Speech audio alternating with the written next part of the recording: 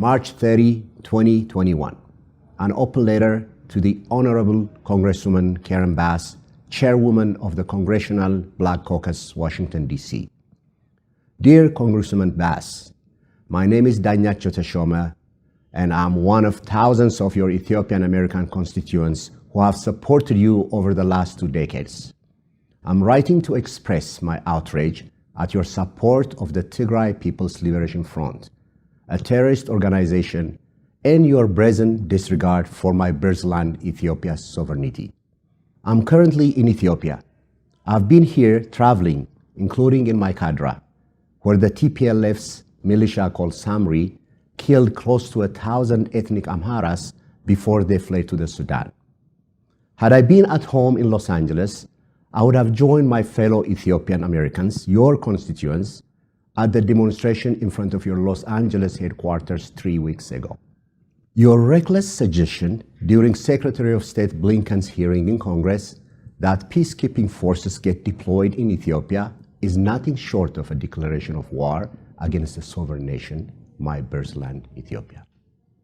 I would like you to realize that the dagger of betrayal that you plunged into our collective hearts will never be forgotten. For reasons incomprehensible to my community, you have chosen to use your public office to give credence and attempt to restore the TPLF, an organization registered by the US government as a terrorist organization, back to power. Over the last 27 years, the TPLF has done everything in its power to divide Ethiopia, a mosaic of over 80 ethnic groups along ethnic lines, and start inter-ethnic conflict throughout the Horn of Africa. Congresswoman Bass, what you have done in supporting the TPLF and undermining the sovereignty of Ethiopia is to set precedents, a new law for the US foreign policy, one that aims to spearhead a neo-colonial agenda of pitting the over 3,000 different ethnic groups in Africa that speak over 2,100 different languages against each other. Over the last 15 years, my community, your constituents, have met with you numerous times and provided you with an abundance of first-hand evidence that document atrocities committed by the TPLF over the last 27 years. A few years ago, we even brought a TPLF torture victim, Mr. Habtamu Ayaleo, to meet you in person and recount the blood-curdling accounts of horrific torture he endured, supported by certified medical records.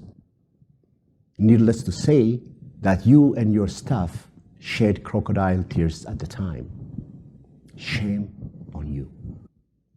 You have brought an everlasting disgrace upon your public office, an everlasting shame that will not be forgotten. Not that I believe that you and your colleagues in the Democratic Party are unaware of these facts, but just in case you conveniently forgot, the Ethiopian National Defense Forces, the very forces that you demonize and accuse of fabricated charges of human rights violations, have served all over the world from South Sudan to Rwanda with exemplary discipline. Need I remind you as well that it is the Ethiopian National Defense Forces that fought Al-Shabaab for 2 decades so that American Marines did not have to die in Somalia? Did you forget that it is the Ethiopians, my people, who died on their behalf? You, the United States of America, owes a debt of gratitude to the Ethiopian National Defense Forces. Your betrayal is diabolical. You have proven to us that you and your party are flawed. You lack the political integrity to take a consistent stance with moral fortitude. Although many of us have substantive differences with the Republican Party on many issues, the Republicans, with all their shortcomings, say what they do and do what they say. Unlike you and your party, They have political integrity, consistency, and moral fortitude. Come the midterm election, we will work tirelessly to ensure that the Republican candidates get elected to offset the balance of power in Congress. I would like to take this opportunity to call on the Republican Party, GOP state leadership, to reach out to the African diaspora, including Ethiopian American communities in all 50 states. We shall do the same. We are willing and able to help during the midterm election and beyond. In conclusion, I would like to say that you, Congressman Bass, have been a disappointment. You have proven to be the archetypal personification of a deceptive politician. I'm eternally disappointed. I say farewell to you and the Democratic Party. Danyacho Teshome, Los Angeles, California. ኢትዮጵያ የታላቁ ህዳሴ ግድብ ሁለተኛ ዙር የውሃ ሙሌት መርሃ ግብሯን በመጪው ክረምት እንደምታከናውን ባሳወቀች ማግስት የግብፁ ፕሬዝዳንት አብዱል ፈታህ አልሲሲ ማንም ሰው ከግብፅ ውሃ አንድም ጠብታ መውሰድ አይፈቀድለትም በማለት ተናግረዋል።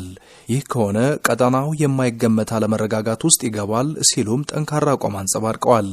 የኢትዮጵያ መንግስት ለዚህ የፕሬዝዳንት አብዱል ፈታህ አልሲሲ ንግግር በይፋ እስካሁን ምላሽ አልሰጠም። እኛም ከትናንት ጀምሮ የመንግስትን ምላሽ ለማወቅ ያደረግነው ሙከራ አልተሳካም። በባህር ዳር ዩኒቨርሲቲ የዓለም አቀፍ ህግ መምህር የሆኑት አቶ ዘውዱ መንገሻ ኢትዮጵያ ዓለም አቀፍ የድንበር ተሻጋሪ ወንዞች ህግጋትና ስምምነቶችን አክብራ የኤሌክትሪክ ኃይል ማመንጫ ግድብ መስራቷ እንዲህ ያለውን የከረረ አቋም ከታችኛው ተፋሰስ ሀገር መሪ እንዴት አስከተለ? እንደምታውስ ምን ይሆን ብለን ጠይቀናቸዋል። እንግዲህ በአንድ በኩል እንደማስፈራራትም ለማየት ይቻላል። በሌላ በኩል ደግሞ ግድቡም እየተገነባ ነው። የመጀመሪያ ዙር ሙሌት እንደምናስታውሰው አምና ተደርጓል።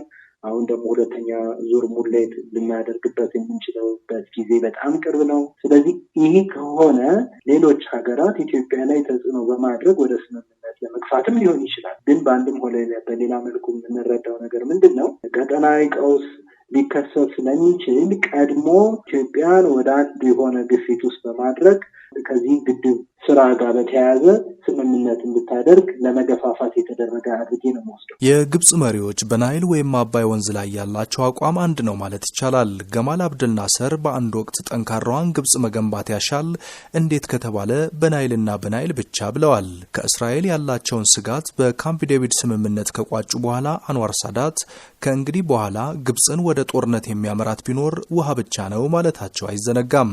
መሐመድ ሙርሲም ቢሆኑ ግብጽ የናይል ስጦታ ከሆነች ናይል ለግብጽ ስጦታ ነው በሚለው ንግግራቸው ይታወሳሉ። 60% ግብጻውያን ናይል ከሰማይ የወረደላቸው ጸጋ አድርገው ሲያምኑ፣ በተቃራኒው ኢትዮጵያውያን ሀብቱ የኛ እንደሆነ አያምኑም የሚሉት የኢትዮ አረብ የህዝብ ለህዝብ ተመራማሪው ፕሮፌሰር አደም ካሚል ግብጽ በፕሬዝዳንት አብዱል ፈታህ አልሲሲ ዘመን ኢትዮጵያ ከውጭ እርዳታና ድጋፍ እንዳታገኝ ከመሰራቱ በላይ ግድቡ 40% ከደረሰ በኋላ ከፍተኛ ጫና በኢትዮጵያ ላይ ደርሷል ይላሉ። ግብጽ ካሁን በኋላ በጥሩ ሁኔታ መጓዛለን የሚልክነት አይኖርም። ግብጾችም እኛ አልፎልን ተጠናክረን ሀያል ሁነት ከረሃብ ከድህነት ከኋላ ቀርነት ከወጣን ሀያልነትን የምናገኝ ስለሆነ ምክንያት ግን ባላቸው ኃይል መሰረት ሙከራ ያደርጋሉ። አሁን ፊት የመጨረሻ አቋማቸው ሊሰጡ ምንድን ነው? አንድ ተኩስ ወይም አንድ እርምጃ ብንወስድ ይሄ ቀጠና በሙሉ ይተረማመሳል የሚል ማስጠንቀቂያ እየሰጡ ነው ያሉት። ፕሬዝዳንቱ ይህንን ካሉ ኢትዮጵያ ግድቡን ስትገነባ የጣሰችው ህግ ምን ይሆን ብለንም አቶ ዘውዱ መንገሻን ጠይቀናቸዋል። ከሁሉ አንጻር ሲታይ በኢትዮጵያ በኩል በተቻለ መጠን ሁሉንም የዓለም አቀፍ የድንበር ተሻጋሪ ወንዞችን የሚገዙ መርሆችን በአግባቡ አክብራ ነበር ሄደችው ማለት ይቻላል። በግብጽ በኩል ግን የነበረው ሂደት ምንድን ነው?